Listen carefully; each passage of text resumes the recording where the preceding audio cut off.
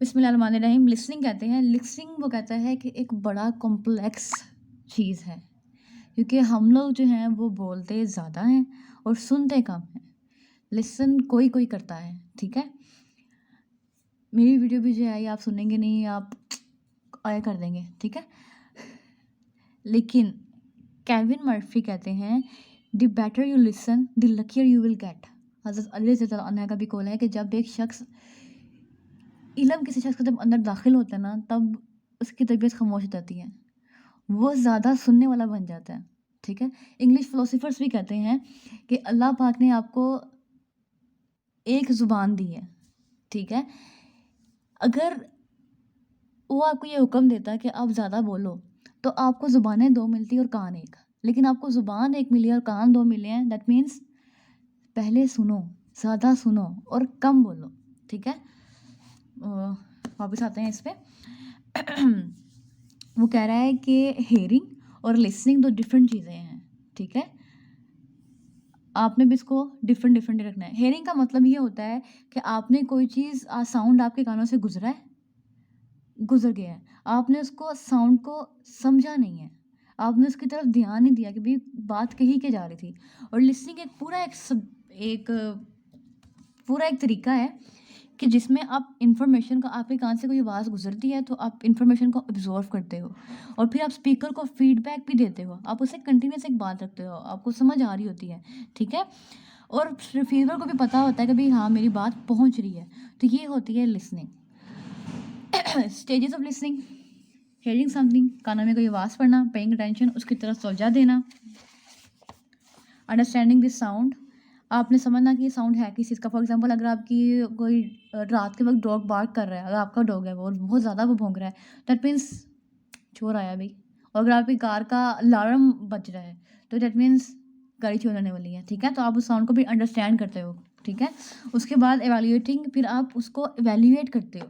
पहले आपने कार के सायरन की आवाज़ सुनी कि कोई मेरी कार के पास है, फिर आपने उस कार की आवाज़ को इवैल्यूएट किया चोरी-शोरी, ठीक है? फिर रिस्पॉन्डिंग, फिर आप रिस्पॉन्ड करते हो और आप भाग के जाते हो देखने या पुलिस को कॉल करते हो, ठीक है?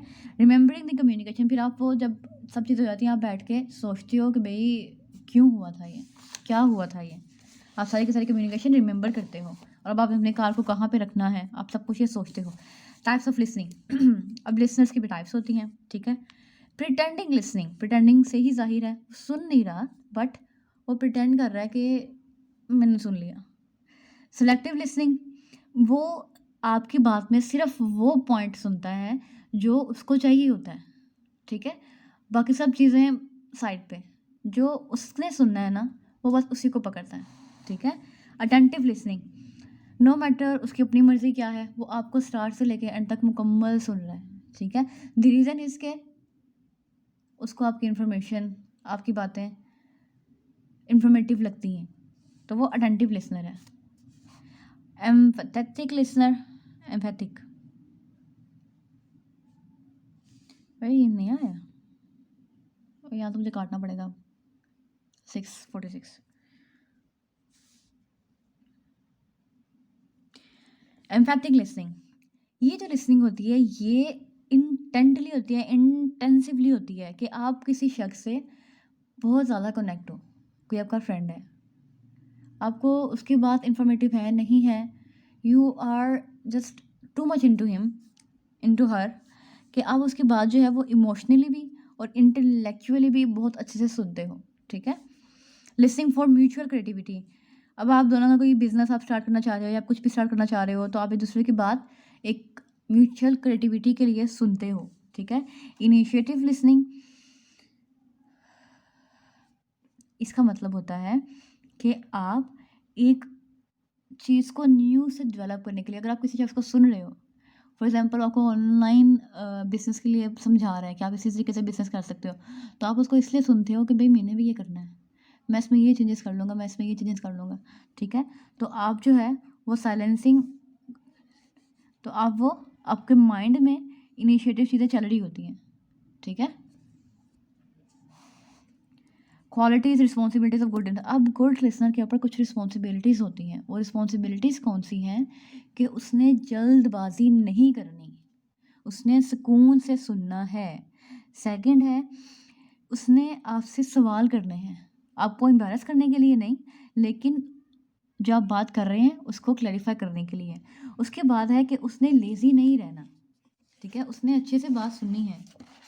उसके बाद है उसने फ्लेक्सिबल रहना है, ठीक है, अपने किसी ओपिनियन पे या आपसे किसी झगड़े पे इस बात को नहीं सुनना, उसने सिर्फ इन्फॉर्मेशन के लिए बात सुननी है। उसके बाद ये है कि वो इंटरप्ट ना करे, ठीक है।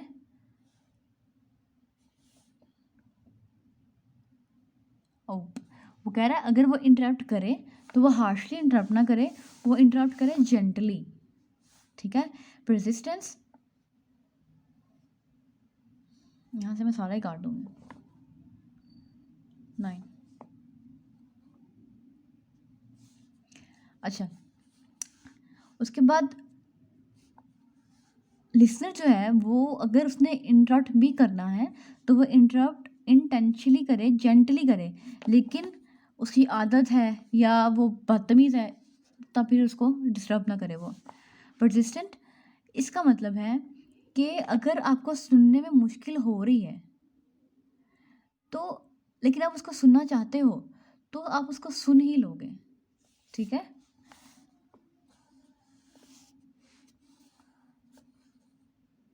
Eager, okay sorry, I mean somewhere. Persistent का मतलब है कि अगर कोई शख्स जिसको सुनना चाह रहा है, बेशक उसके लिए वो चीज़ मुश्किल है सुनना, लेकिन वो सुनता है उसको, और वो तब तक सुनता है जब तक आपकी जो वॉइस है वो ख़राब ना हो जाए या वो तंग ना आ जाए, ठीक है। तो वो तब तक उस पर रहता है जब तक वो ऑफेंडेड ना हो जाए। ईगर, कि जब गुड लिसनर जो है उसको अपने ईगर को साइड पर रख के हर चीज़ लर्न करनी चाहिए, ठीक है, चाहे वर्बल है चाहे नॉन वर्बल है, टेंशन देनी है आपने, ठीक है। उसके बाद सोफिस्टिकेटेड, सोशलेबल, आपने अच्छे से बिहेव करना है भाई, और आपने सोशल लेबल रहना है, आपको पता आपके वैल्यूज़ क्या हैं, सीख क्या है। Okay, now it's time for factor, problems and barriers. Barriers में आता है prejudice, external distraction, pre thinking, semantic barrier, importance of good delivery. And very first we have prejudice. अब इसका मतलब होता है कि हमारा अपना कोई ग्रज है, हमारा अपना कोई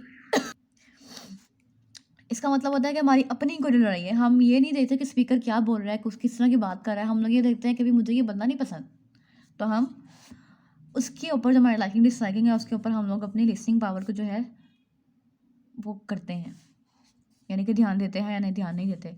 एक्सटर्नल डिस्ट्रैक्शन, आप तो बात सुनना चाह रहे हैं लेकिन नॉइज़ आ रहा है, बाहर से ट्रैफिक का नॉइज़ आ रहा है, फ़ैन का नॉइज़ आ रहा है, जिस तरह का भी नॉइज़ आ रहा है एक्सटर्नल डिस्ट्रैक्शन, तो वो डिस्ट्रैक्शन हो रही है। प्री थिंकिंग, अब ये है कि इंसान जो है वो 80 to 160 वर्ड्स जो है वो पर मिनट बोलता है, लेकिन वो 800 लफ्ज़ सोचता है पर मिनट, ठीक है। तो ये रीज़न भी हो सकता है कि आप सही से सुन नहीं पा रहे। सिमेंटिक बैरियर, अब स्पीकर ने बात पॉजिटिव वे में कही है बट आपने उस बात को नेगेटिव वे में ले लिया, तो ये एक सिमेंटिक बैरियर होता है कि आप एक नेगेटिव मीनिंग जो है वो अटैच कर रहे हो उसकी बात के साथ। अगर आप नेगेटिव मीनिंग नहीं भी अटैच करो तो उसने कुछ और बात कही है तो आपको वो कुछ और समझ लेंगे, तो इसको हम लोग कहते हैं semantic barrier. Importance of good delivery, कि जो डिलीवर करने वाला है बात को, उसमें इतनी पोटेंशियल ही नहीं है कि वो बात को अच्छे से डिलीवर कर सके, तो जब उसमें पोटेंशियल ही नहीं है तो हम लोग क्यों सुनेंगे, हम लोग को नहीं सुनना, ठीक है। अब वो कह रहा है कि हम लोगों में ये जो आते हैं मसले, इनको हम लोग इम्प्रूव किस तरीके से करें। इम्प्रूवमेंट के लिए ये है, हम लोगों को ज़्यादा बात नहीं करनी चाहिए, ज़्यादा सुनना चाहिए, ठीक है। उसके बाद हम लोगों को सब्र से और पूरे कंसंट्रेशन से सुनना चाहिए। उसके बाद ये है कि हम लोगों को कैजुअल एटीट्यूड शो करना चाहिए, कैजुअल एटीट्यूड शो नहीं करना चाहिए, ठीक है। और ना हम कोई बैड इंप्रेशन क्रिएट करें, हम लोग उसकी तरफ अच्छे से ही देख रहे हों, ठीक है। उसके बाद ये है कि हम लोग हमेशा ये सोच के बात को लिसन करें कि हमने बात को समझना है, हमने पॉइंट्स को समझना, ये हमारे लिए ही बेनिफिशियल है। उसके बाद हम लोग नोट्स बनाते रहें, ठीक है, जो चीज़ इम्पोर्टेंट है, ठीक है। उसके बाद हम हमेशा पॉजिटिव एटीट्यूड रखें टूवर्ड्स दी स्पीच और towards the speaker. Purpose of listening, वो कह रहे हैं कि लिसनिंग के पर्पस क्या होते हैं। ठीक है, लिसनिंग का पर्पस ये होता है कि अगर कोई मिसअंडरस्टैंडिंग है, आपको नज़र नहीं आ रहा, अगर कोई मिसअंडरस्टैंडिंग है तो वो ख़त्म हो जाए। ठीक है, मिसअंडरस्टैंडिंग जो क्रिएट हुई है वो एंड हो जाए और आपकी ग्रूमिंग अच्छी हो सके। जब आप सुनते हैं किसी को तो आपकी जो ग्रूमिंग, क्योंकि जब इंसान खुद सीखता है तो वो अपने अकॉर्डिंग सीखता है, जब वो किसी दूसरे के अकॉर्डिंग चीज़ को देखता है तो वो एक नज़रिया अलग होता है, कुछ मज़ीद चीज़ें उसके सामने ओपन होती हैं। It enables. अच्छा, उसके बाद ये है कि आप जब फिर खुद कम्युनिकेट करोगे तो आप बहुत फ्लुएंटली और नाइसली कम्युनिकेट करोगे। ठीक है, उसके बाद आपको डिफरेंट टॉपिक्स के सब्जेक्ट की समझ आती है। उसके बाद आपका डिसीजन जो है, आपको एबिलिटी मिलती है, स्ट्रॉन्ग एबिलिटी मिलती है मेंटल, कि आप चीज़ों को समझ सको। उसके बाद आपके पास, जब आप अच्छे से लिसन करते हो तो आपके पास कुछ बहुत सी नई चीज़ें जो हैं, फैक्ट्स वगैरह जो हैं वो ओपन होते हैं। अब हम देख लेते हैं फ्रॉम दी अदर बुक। हाँ, ये लिसनिंग में ये कह रहा है कि हमने एक्टिवली सुनना है और हमने इफेक्टिवली सुनना है। डी कोडिंग और इन कोडिंग मैं पहले बता चुकी हूँ। ठीक है, उसके बाद इंपॉर्टेंस ऑफ लिसनिंग। लिसनिंग वो कह रहा है कि ये बहुत ज़रूरी होती है। हम सुनेंगे तो नेक्स्ट पर्सन हमसे बात कर पाएगा, हम उससे अपनी बात कन्वे कर पाएंगे। ठीक है, प्रोसेस वही, सुनना है, फोकस करना है, deciphering. It means assigning meaning और decoding to words we receive. ठीक है, यानी कि जो चीज़ें हमारे कानों तक पहुंच रही हैं हमने उसको इवैल्यूएट, जैसे हमने वहाँ पढ़ा था ना वैल्यूएट, ये वैल्यूएटिंग की जगह ये है। ठीक है, उसके बाद एक्सेप्ट कर लेना है, फिर इसको स्टोर कर लेना है। ठीक है, चाहे तो आप ये कर लें, चाहे तो आप वो कर लें, लेकिन आपने दोनों करने हैं। द रीज़न इज़ कि कम्युनिकेशन में वर्ड्स चेंज होने की वजह से ही बच्चा फंसता है और फेल होता है 45 पे। ठीक है, फोर्स में देख लें, word prejudice, external, hasty conclusion, वो जल्दी जल्दी अपनी डिसीजन ले लेता है। अनोइंग वर्ड्स वो अनोय बोल देता है, सुनता नहीं है। ठीक है, monotonous manner of speaking, monotonous speech causes people to lose interest. ठीक है, ठीक है, ठीक है, ठीक है। अगर आप लोगों से अच्छे से कनेक्ट नहीं कर पा रहे हैं, अगर आपकी टोन सही नहीं है तो वो लूज़ कर देंगे अपना इंटरेस्ट। प्री जजमेंट, कि वो वही सेमेंटिक बैरियर, कि वो खुद से चीज़ों को सोच लेते हैं, ज्यूम कर लेते हैं। सेल्फ सेंटर्डनेस, यानी कि वो इतने हैं ही नहीं है कि वो बात सुने, वो अपने आप में रहते हैं। सेलेक्टिव लिसनिंग, कि वो लिसनिंग सेलेक्टिव भी करते हैं। टेक्निक्स फॉर इफेक्टिव लिसनिंग से टेक्निक्स क्या हैं, वही जो हमने पढ़ी हैं। आप कम बोलें, स्पीकर को टाइम दें, उसको ईज़ दें, आप स्पीकर को दिखाएं, आप डिस्ट्रैक्शन जो है उसको ख़त्म कर दें, आप अपने खुद को स्पीकर की जगह रख के देखें, आप पेशेंट रहें, अपना टेम्पर जो है वो कंट्रोल में रखें।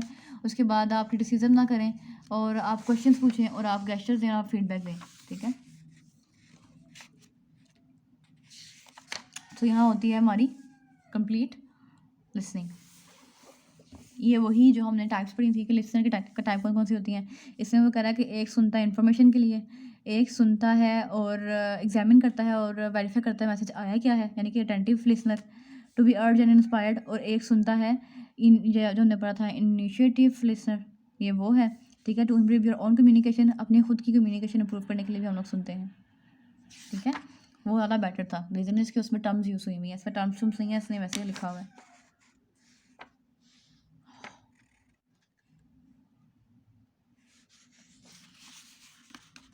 देख रहे हैं, इस तरह तो ये बच्चों को घुमाते हैं कि पेपर पता नहीं ये लोग कहाँ से दे देते हैं। लिसनिंग फॉर कंटेंट्स, ठीक है, कि यानी कि अटेंटिव लिसनर, जितना भी आपने उसको बताना है वो सब कुछ सुनेगा, कंटेंट के लिए सुन रहा है। क्रिटिकल लिसनर, कि वो सिर्फ उसका अपना एक व्यू पॉइंट है। ठीक है, उसकी अपनी एक इंफॉर्मेशन है। एम्फैथेटिक लिसनिंग, वही जो हमने कहा था कि इमोशनल बेस नहीं होनी चाहिए। सो इस तरह हमारी ख़त्म होती है लिसनिंग। ठीक है, आगे फेस टू फेस स्टार्ट हो गया। ठीक है, अब देखते हैं हमारे पास नेक्स्ट क्या था।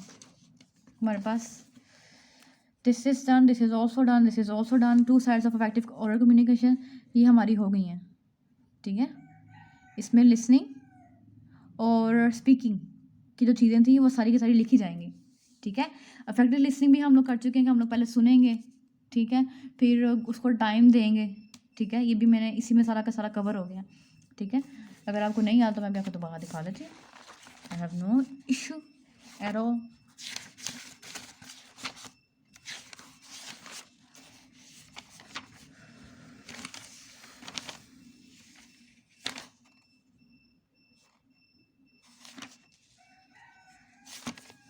Here is where to improve your listening skills. ये हमारी इफेक्टिव लिसनिंग स्किल्स हैं और यहाँ पे भी हमारे कुछ मज़ीद पॉइंट्स उसने ऐड किए थे, ठीक है? तो आप देख लीजिएगा।